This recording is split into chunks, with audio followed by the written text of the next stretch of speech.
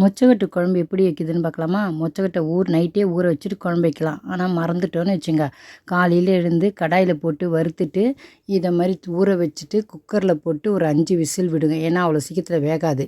விட்டுட்டு அதுக்கு தேவையான பொருட்கள் கத்திரிக்காய், முருங்கைக்காய், மாங்காய், தக்காளி, வெங்காயம், புளிக்கு எடுத்து ஊற வச்சுருங்க. தக்காளி, வெங்காயம் இந்த மாதிரி சின்ன சின்னதாக அரிஞ்சிக்கோங்க. கத்திரிக்காய், முருங்கைலாம் அரிஞ்சு வச்சுக்கோங்க. அரிஞ்சு தண்ணியில் போட்டுருங்க.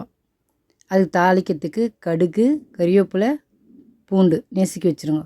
புளி இப்போ நல்லா கரைச்சி எடுத்து வச்சுக்கோங்க. கரைச்சி வெடிக்கட்டி வச்சுக்கோங்க.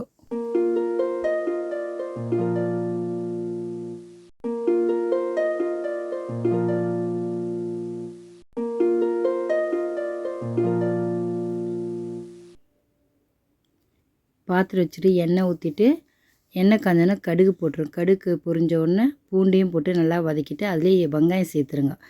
அதையும் நல்லா வதக்கிட்டு கறிவேப்பிலை போட்டு தக்காளியும் சேர்த்துருங்க. எல்லாத்தையும் சேர்த்து நல்லா வதக்கிடுங்க. நல்லா வதங்கிடுச்சா, இப்போ நம்ம அரிஞ்சு வச்ச காய்கறியெல்லாம் எடுத்து அதில் சேர்த்துருங்க. கத்திரிக்காய்,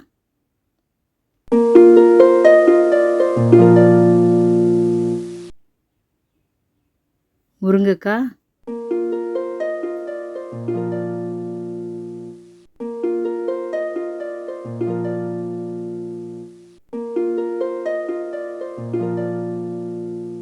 எல்லாத்தையும் சேர்த்துட்டு புளி கரைச்சி வச்சுருக்கோம் பாருங்கள், அதை எடுத்து அதில் ஊற்றிடுங்க. ஆனால் மாங்காய் சேர்க்கக்கூடாது, லாஸ்ட்டில் தான் மாங்காய் போடணும்.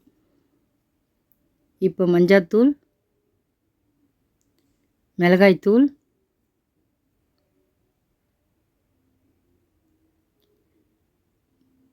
காரத்துக்கு ஏற்ற மாதிரி போட்டுங்க.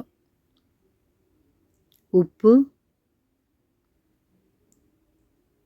எல்லாத்தையும் சேர்த்து போட்டு தட்டு போட்டு மூடிடுங்க. காய் வேகட்டும். இப்போ மொச்சக்கொட்டை கொட்டிடுங்க. அதில் அவிச்சு வச்ச மொச்சக்கொட்டை எடுத்து போட்டு சேர்த்துட்டு இந்த பாருங்கள், மொச்சக்கொட்டை ஏற்கனவே வெந்திருக்கும். அது குழம்பு கொச்சோன்னா அதில் போட்டுருங்க.